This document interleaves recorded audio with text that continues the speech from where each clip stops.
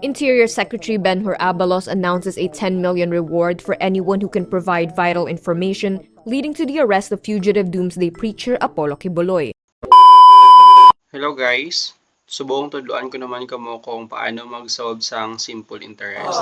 Para mas maintindihan naton kung anong simple interest, meron kita sang situation. Mr. Cardo Dalisay found Mr. Apollo Kibuloy and report it to the police. In return, Mr. Dalisay was awarded 10 million pesos. Naman siya ang reward prize kung matudlo mo kung din si Mr. Apollo Kibuloy. Then he decided to invest the 5 million in a bank for 4 years at 7% simple interest rate annually. Determine the simple interest earned. Let's do this. So for this situation, una ibutang na natin ang aton yung mga given. So based diri sa aton example, daw ang aton nga principal amount is 5 million. Kaya mo lang ang na-decide ni Mr. Cardo Dalisay nga i-invest. Na siguro ang 5 million basi patindig niya sang balay or kung ano man ang gusto niya baklon sa kabuhi niya.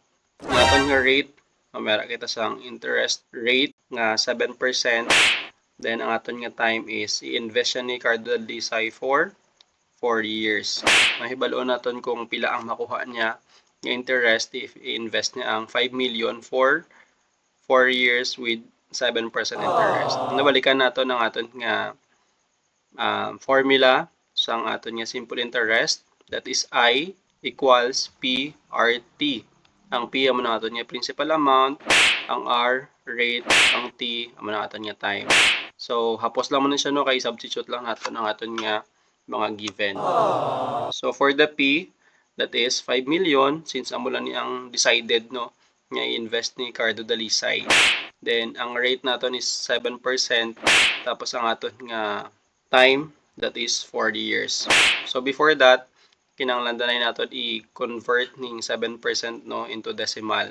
Kung hindi ka kabalo mag-convert, meron ako sang video, paki-visit na lang. And i-simplify lang naton, so that would be 0.07%. No, kung may mga calculator ka mo, dasig na mo siya i-simplify.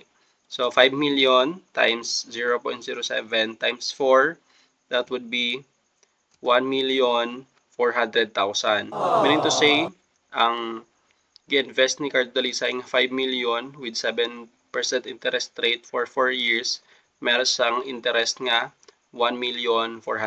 So, hindi pa kasali diri ang principal amount. So, kung kabuuan niya, kwarta niyang kuwaon niya, that would be principal amount plus ang interest niya.